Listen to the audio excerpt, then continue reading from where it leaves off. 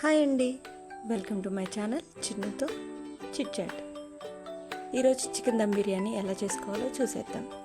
First చికెన్ని సాల్ట్లో 30 minutes soak చేయండి. తర్వాత చికెన్లో ఉప్పు, పసుపు, అల్లం వెల్లుల్లి పేస్ట్, కారం, ఆయిల్, పెరుగు, ఆనియన్, పుదీనా వేసుకొని బాగా మిక్స్ చేసుకోండి. మ్యారినేట్ చేసి పక్కన పెట్టుకోండి. ఇప్పుడు ఒక గిన్నె తీసుకొని వాటర్ వేసుకొని కొంచెం ఆయిల్ వేసుకొని బిర్యానీ సామాన్ అన్నీ వేసుకొని దాంట్లో పచ్చిమిర్చి, పుదీనా వేసి బాగా ఎసురు కాగనివ్వాలి. ఇప్పుడు కడిగి పెట్టుకున్న బియ్యాన్ని ఆ ఎసట్లో వేసి 70% ఉడకనివ్వాలి.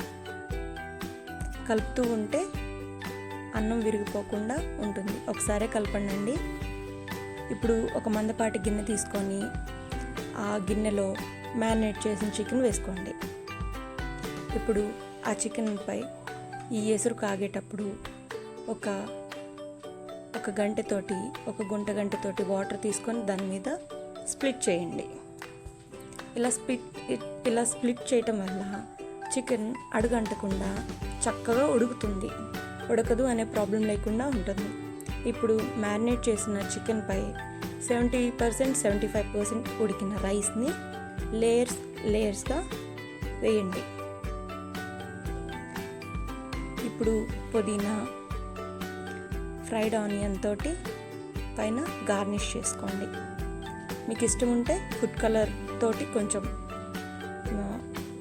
కలర్ కొంచెం వేయండి. నేను నిమ్మకాయ వేస్తున్నాను, నాకు అది చాలు.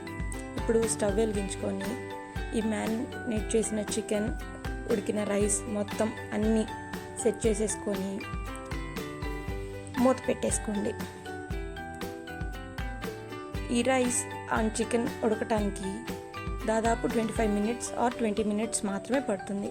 హై ఫ్లేమ్లో 7-8 minutes ఉంచి లో ఫ్లేమ్లో 10 or 12 minutes ఉంచితే మన చికెన్ దమ్ బిర్యానీ రెడీ అయిపోతుంది. కొత్తిమీర తోటి గార్నిష్ చేసుకుంటే బాగుంటుంది.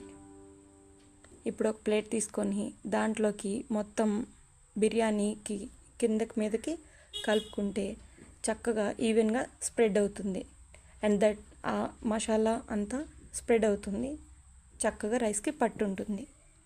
ఇప్పుడు ఒక ప్లేట్ తీసుకొని రైతాతోటి సర్వ్ చేసుకొని తింటుంటే వేడివేడిది చాలా బాగుంటుంది. ట్రై చేసి తిని ఎలా ఉందో చెప్పండి.